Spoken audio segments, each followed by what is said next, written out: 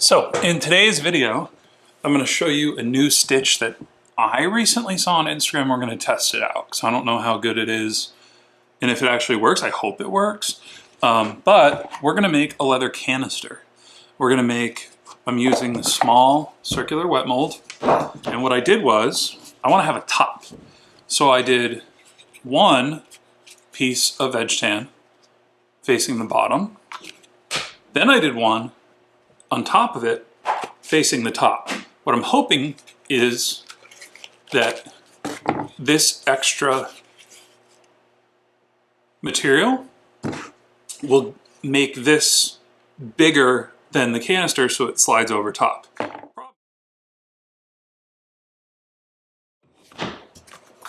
The idea is I'm going with 5 inches in height on my little container here.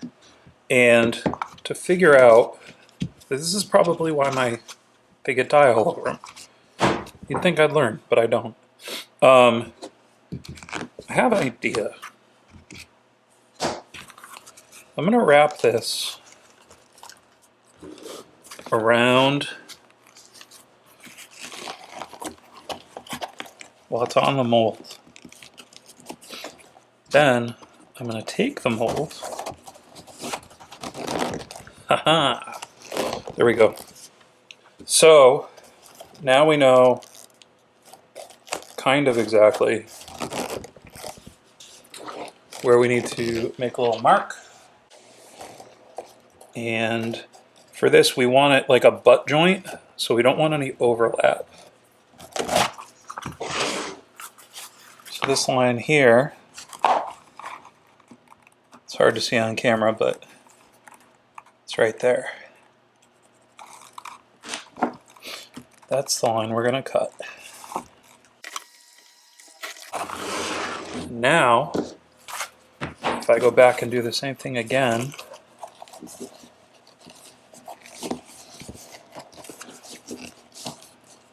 we should perfectly line up, which we do. There we go. Let's see if our top's going to fit. Well, maybe it will, maybe it won't. Who knows? But we're going to try. So the next thing we need to do is the stitch that I saw online that I really want to try because I'm not sure how it works. I mean, I know how it works, but I'm not sure if it works. And sometimes you see something online and you're like, oh my God, why haven't I been doing it this way the whole time? Only to realize that it doesn't work.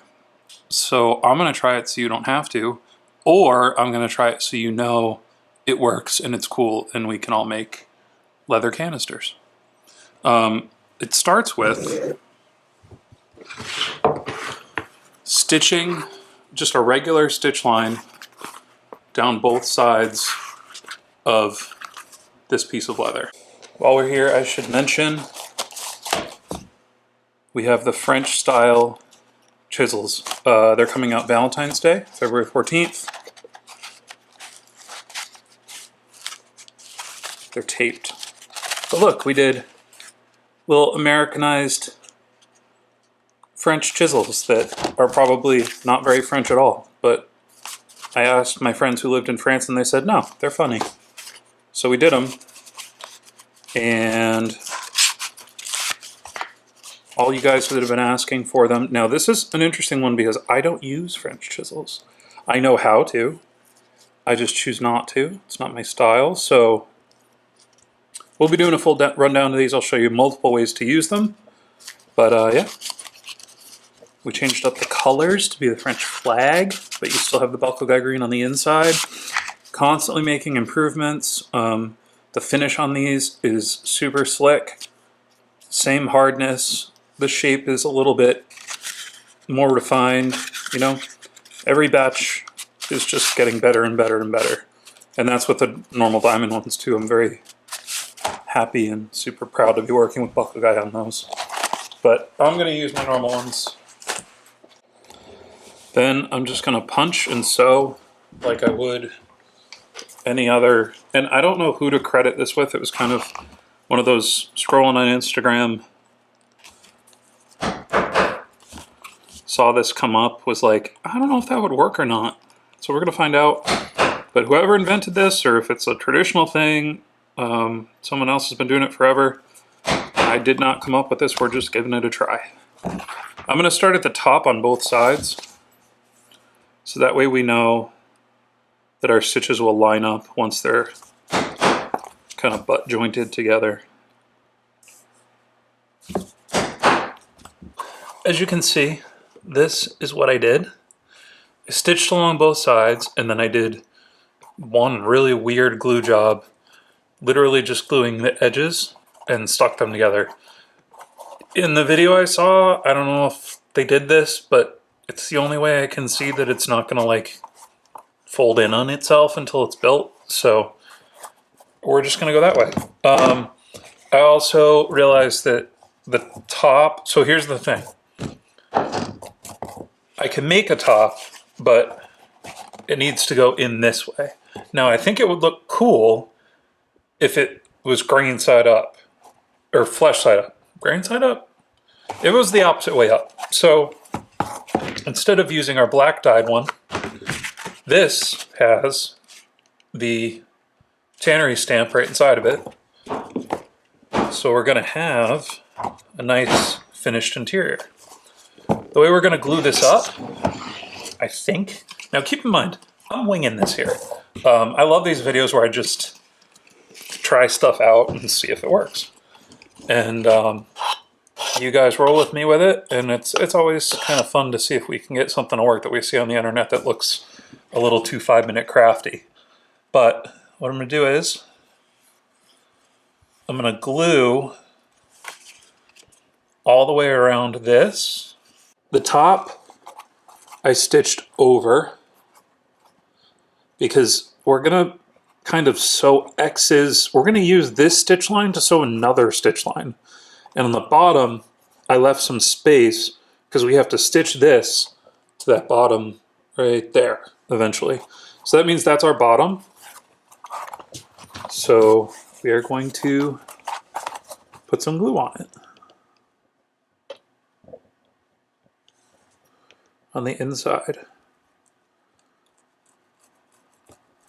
What I did was I let this, I'm using the barge toluene free, and it's got a work time of 4 hours. So I let it dry for a little longer than I normally would, so it's not quite as sticky, because this isn't going to be holding it. It's just, well, it's going to be like a third hand for now, and we're going to just kind of try to do that. It doesn't have to go all the way down. And then wrap it around like this. I actually don't want it to go all the way down because I want to cut off all of that and trim it. Next, we trim. I'm going to do a rough trim first. This is kind of why I did it this way, so that I'm going to end up with probably like 1/8 of an inch of the wet mold that's tall. That's like taller than the bottom of this cylinder, and that'll let me trim it nice and flat so that it sits flat. Although if you want to make an asymmetrical tilting vase, they do it in pottery all the time, so you could do that too. So in order to trim, you can see we have a little lip here, which is what we want. I'm going to use my Japanese flat knife. Be very careful on this, but you're basically just going to rest it on this. It takes, you know, you might have to get down there in a couple cuts. Excuse me. And we're just going to go real slow and watch our hands. Now I'm resting my whole blade here on the cylinder, so it's going to stay nice and flat. We can hold it on the side like that too.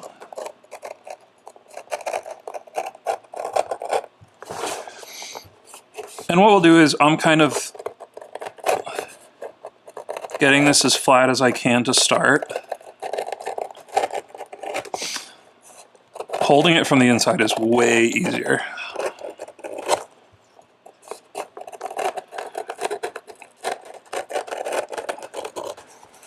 I have a sheet of 220 grit sandpaper here. I'm going to put it on my workbench, hold this on the inside, and just sand it.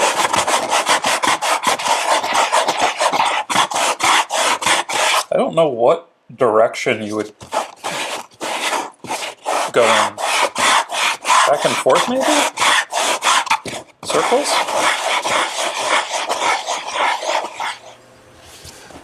We want the leather side down. Take this.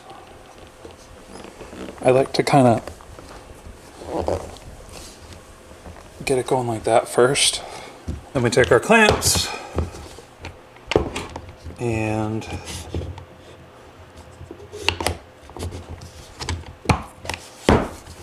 this is a little overkill, but I was working on some prototypes that you need bigger clamps for. So I just happen to have that one in the shop right now. And contrary to popular belief, you don't need to leave these in the clamps for that long. A couple hours will do it. But what I'm going to do is I'm going to really squeeze that down because I want a flat lip in my concept theory in my head here. I don't want a lot of wrinkles. And we have a fire and a stool. So we're just going to put this in front of the fire on the stool. And let's see if that'll dry in time. Not that I'm on like a self-imposed deadline here. But now we get to try the stitch. That's the thing that I wanted to try really bad because I'm not sure I believe it works, but we'll see. Okay, I don't want to jinx myself, but so far this is working and it's pretty cool. I do have black dye all over my hands that I can't get off with alcohol. I don't know why. I'm a little worried. It always comes off, but it's not Phoebing's, so we'll try it. But the way I'm doing it is, so we're using these stitches as anchor points for like this X stitch. So what I'm doing is I'm going under this. So my base is on this side of the cylinder. So I'm going to take the stitch that's behind. I'm going to come towards me first. And you got to be careful not to like stab the leather so that this side always crossing over top. Then I'm going to go underneath. Well, it's not underneath anything yet, but it becomes the underneath when you cross over with the next stitch. I gotta say, I don't know if it's a gimmick. It's looking pretty cool.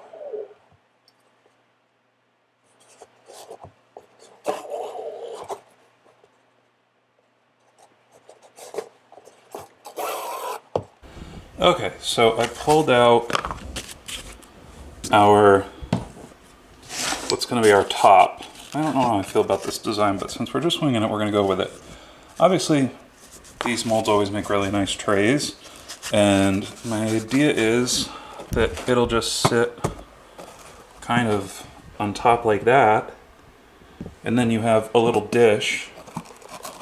When you open it up, you have a canister inside, but I think we need like a little handle thing. So I'm going to make a little loop for it. I'm going to use a 3/4 inch slot punch, and we'll see what we come up with. So is the viral, I don't know if you would call it viral, or is the stitch that Instagram showed me a viable stitch? It is, it works. You can see it right here. It was the kind of catalyst for me making a jar, which I've never made before. And I ended up trimming this flush. It looks really, really kind of cool in person. Would highly suggest trying to make one of these. This is a great way to do the bottom as well. You have a stitch line there. And all you do is you just run your calipers on the inside, punch it, sew from the outside, you're good to go. And you have this really nice interior, and you could line this too. So you could have a fully lined interior on that. My thoughts on the stitch itself are there aren't easier, here's the thing. There aren't easier ways that I know of to join to, like, do a butt joint like this, right? But if I didn't glue it, I think it would have folded in on itself. But it looks really cool. So form over function, kind of, because if you were to make like a bag out with this stitching in it and use it as like, it's a very ornamental, so it's a design choice that you would make. This is going to like rub on everything because the X stitching is standing way above the leather and the actual saddle stitches that we used as anchor points. So I'd be worried if this was on a bag that as you're using it, that stitch is just going to break. And if it does, the whole thing, I mean, it's literally just essentially you're weaving, right? We wove thread between stitching that we stitched together. How could you remedy that? You could just sew a piece of leather.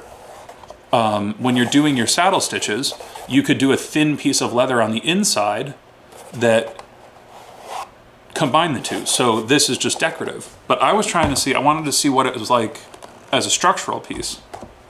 And I gotta say, I don't hate it. I think it looks really, really cool.